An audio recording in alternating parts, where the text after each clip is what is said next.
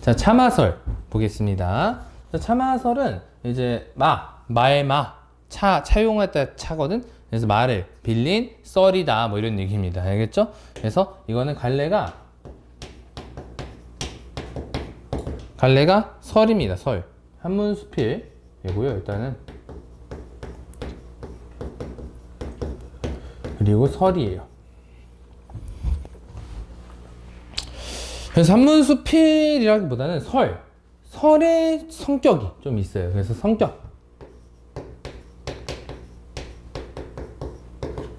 성격으로는 일단 교훈적이고요.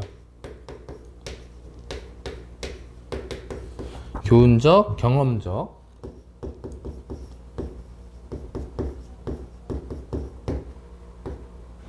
그리고 우의적, 돌려 얘기한다. 그리고 유추적, 경험을 통해서 다른 걸 얘기하는. 그리고 설득적,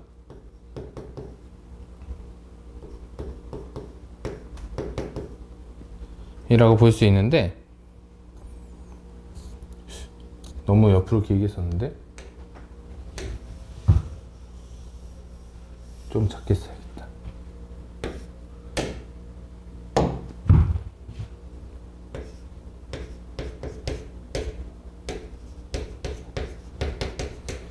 교훈적,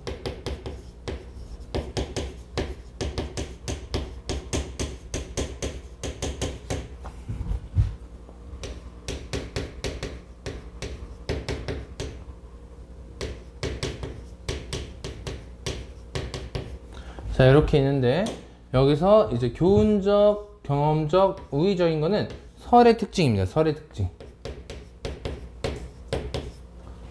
알겠죠? 설이라는 이제 갈래의 특징이라 보시면 돼요. 여기서 유추적까지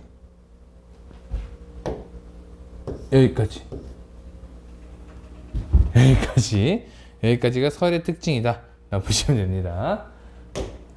자, 3번 구성으로는 기승전결이 있어요. 기승전결.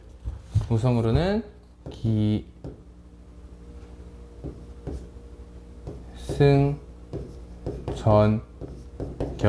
크게 4가지로 구성이 된다라고 보시면 될 것 같고, 자, 기는 이제 말의 빌렸한 경험에 대해서 얘기하는 거예요. 말의 빌렸한 경험.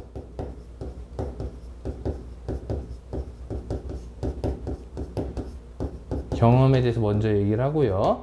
그래서 굉장히 사실을 제시하고 있다라고 볼 수 있어요. 그래서 여기가 이제 사실 제시 나 볼 수 있고요. 자, 승은 자신이 가진 것에 대한 어떤 생각 또는 마음을 얘기하고 있다고 볼 수 있어요. 그래서 자신이 가진 것에 대한 마음. 그래서 요게 이제 말을 비롯한 경험을 통해서 내 생각을 얘기하고 있는 거잖아. 그치? 그래서 경험을 통해서 확대 해석하고 있다. 확대해서 해석한다. 그리고 또 경험을 통해서 내 생각을 얘기하는 거니까 유추라고도 볼 수 있죠.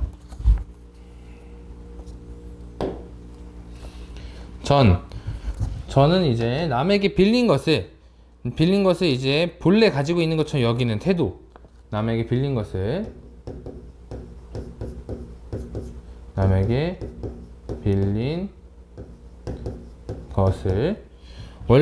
본래 가지고 있는 것처럼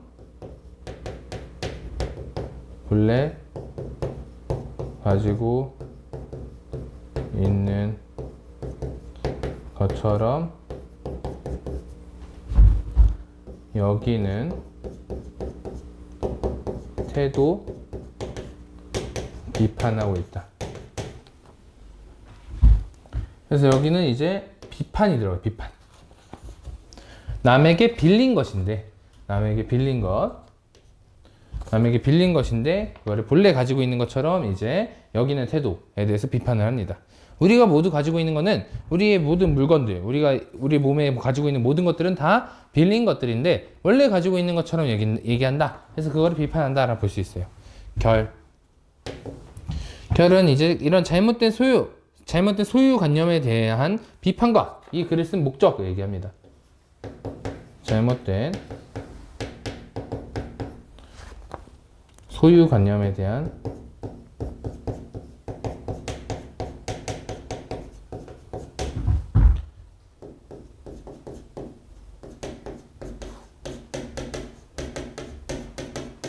비판과 글을 쓴 목적.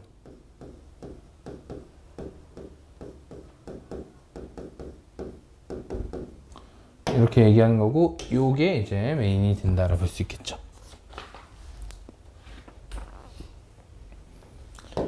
자, 그러면 이제 이 글의 특징에 대해서 얘기할 건데요. 특징. 자, 특징 첫 번째.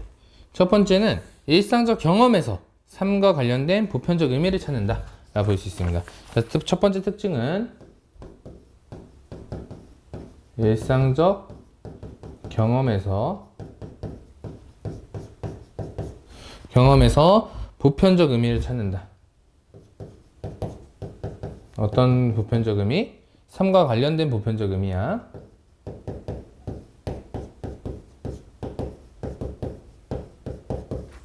찾는 거고요. 두 번째는 소유에 대한 대사가 비판하고, 그리고 또 비판하고, 그 얘기했잖아. 소유 관념이 잘못됐다라고 얘기하는 거거든. 소유에 대한 반성적 태도가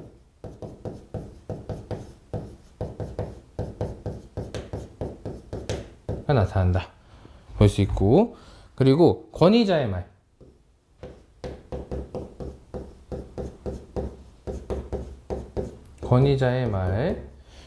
말을 인용해요. 그래서 공자였나? 하여튼 뭐 공자가 맹자가 하여튼 나왔는데, 그 권위자의 말을 인용함으로써 설득력을 좀 높여준다.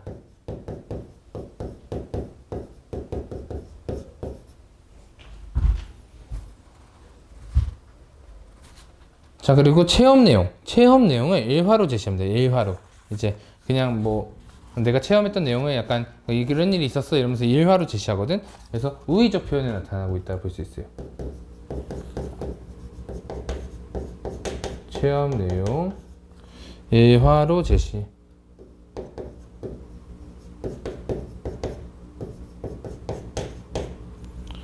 해서 우의적 표현.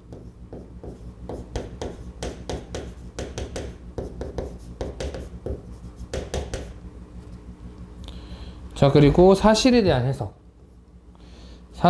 해석과 분석을 합니다.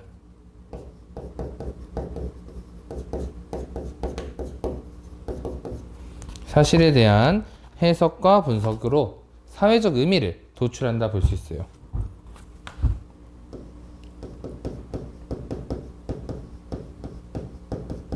를 통해서 사회적 의미 도출.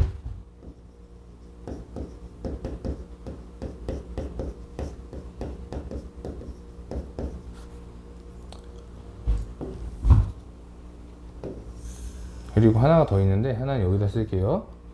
자, 하나는 더 있는데, 다양한 수사법을 사용한다. 여기서 표현법이 다양한 수사법이 사용이 돼요. 다양한 수사법 사용. 뭐 예를 들어서 열거법, 서리법, 영탄법, 그리고 인용법 뭐 등등등 여러 가지가 많이 나옵니다. 알겠죠? 자, 그래서 이제 우리 읽어볼게요. 감상 포인트부터 먼저 보겠습니다. 자, 이 글은 말을 빌려 탔던 개인적 경험을 바탕으로 이제 인간의 삶의 도리에 대한 깨우침을 제시하고 있다고 얘기했죠. 이게 설량식의 한문수필, 설의 기본이라 보시면 돼요. 그래서 얘기해주죠. 설은 대체로 뭐래? 어떤 경험적 사실로부터 깨달은 이치를 적용해서 일반화하는 구조를 가지고 있다 볼 수 있어요. 이 글에서도 글쓴이 노둔한 말과 준말을 빌려 각각 탄 경우에 자신의 이제 자세와 그리고 감회가 다름을 인식하고요. 그리고 나서 이제 뭐 자기가 가진 물건에 대해서도 이와 같을 것이라고 해요. 나아가 사람이 가진 것이 사실은 모두 남에게서 빌린 것이다. 요거 모두 남에게서 빌린 것인데도 이제 원래 본래부터 가진 것인 양 행동을 한다는 거죠. 그래서 반성하지 않음을 비판한다. 비판. 창작 당시 역사적 상황을 대입해 보면은 무능하거나 부패했던 당대의 무능하거나 부패했던 왕들의 처신을 비판한다라고도 볼 수 있습니다.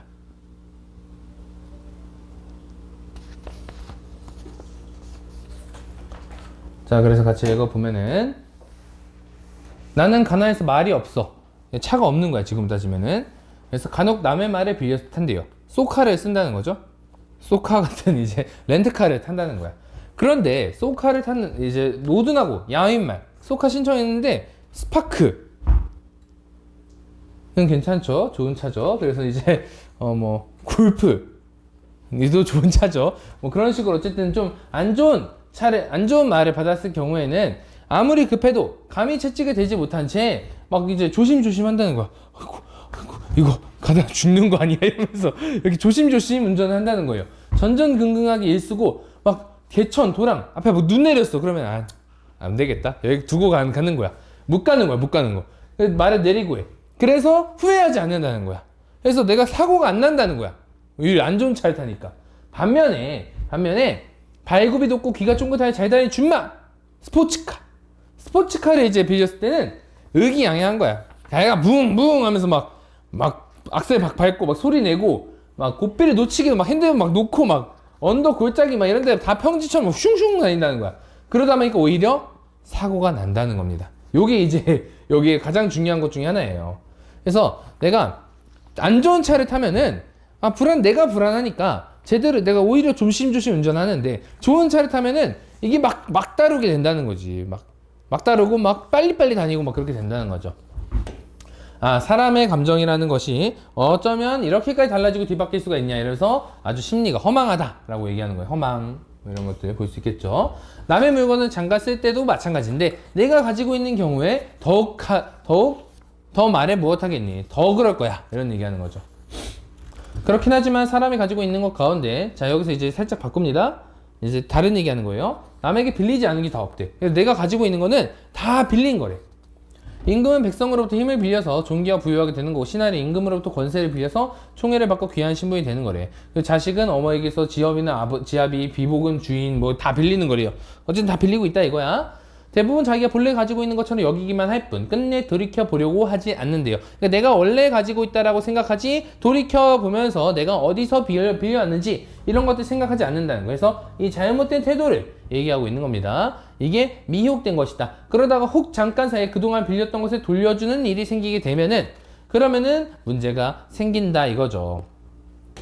그래서 강제로 돌려주는 일이 생기면 혼자가 되기 때문에 강제로 돌려주는 일이 생기지 않도록 해야 된다. 왜냐면 그건 다 빌려온 것이기 때문에 언제든지 강제로 돌려줘야 될 수도 있다는 거지. 조심하라는 거야. 조심. 자, 맹자가 말하건대 이렇게 맹자라고 이제 맹자였구나. 그래서 여기서 이제 인용하고 있는 겁니다. 맹자가 말하기를 오래도록 차용하고서 오래도록 빌리고 반환하지 않았으니 그것이 자신의 소유가 아니라는 것을 어떻게 알겠니? 너한테 빌려주고 내가 오랫동안 안 갚았어. 친구한테 돈을 빌려줬어. 근데 친구가 돈을 오랫동안 안 갚아. 그럼 그 친구는 빌렸다고 생각하지도 않는, 이제 내 거라 생각한다는 거예요, 그냥. 오랫동안 안 갚아버리니까. 그래서 오랫동안 안 갚으면 이제 돈을 못 받게 되는 거죠. 안타까운 일이죠. 자, 그래서 내가 이 말을 접하고 느껴지는 바가 있었대. 그래서 참화서를 지어서 그 뜻을 부연해 보았다. 내가 이 참화서를 통해서 이거를 깨달음을 전하고 있다라고 얘기하는 거고, 글을 쓴 동기와 취지가 나타나고 있는 겁니다. 아시겠죠? 자, 그래서 설은 아까 얘기했던 거고, 그래서 경험을 통해서 깨달음을 얘기하는 거고, 이 깨달음이 중요한 건데, 이때 깨달음보다 외물에 따라서 사람의 심리 상태가 매우 다르다라는 것을 깨달았고, 그리고 모든 것은 이제 내 소유가 아니라 빌린 것이다. 그래서 올바른 관념을 가질 것을 강조하고 있다. 라고 볼 수 있습니다. 그래서 아까 얘기했다시피 이런 경험을 통해서 유추하는 거야. 깨달음을. 알겠죠? 그래서 모든 것은 빌린 것, 시라는 것을 인식해야 되고, 높은 권세를 가지든 뭐든 간에 강제로 되돌려지는 일이 일어나지 않도록 스스로 경계해야 한다. 그래서 이 부분을 보면서 당대의 뭐 권력층이라든가 임금 등을 비판하고 있다라고도 볼 수 있는 거. 너 순식간에 끝날 수 있다? 약간 조금 그렇긴 한데, 이때가 이제 고려 말입니다. 고려 말. 고려 말에 쓰여진 글이다 보니까 임금의 힘이 굉장히 약할 때예요. 굉장히 약할 때고, 그때 몽골에 의해서 충렬왕 이때야. 그래서 이제 원나라에게 종속돼 있었던 그 시기다 보니까 약간 왕권이 많이 약해지고 좀 이제 좋지 않은 모습을 보여주니까 그런 것들을 비판하고 있다 볼 수 있습니다. 그래서 이런 배경 지식도 잘 읽어보시면 좋을 것 같아요. 그래서 자신의 역할에, 권력을 가진 사람들이 자신의 역할에 충실해야 한다, 이런 얘기를 하고 있다라 볼 수 있어요. 알겠죠? 자, 그러면은 참화설은 여기까지.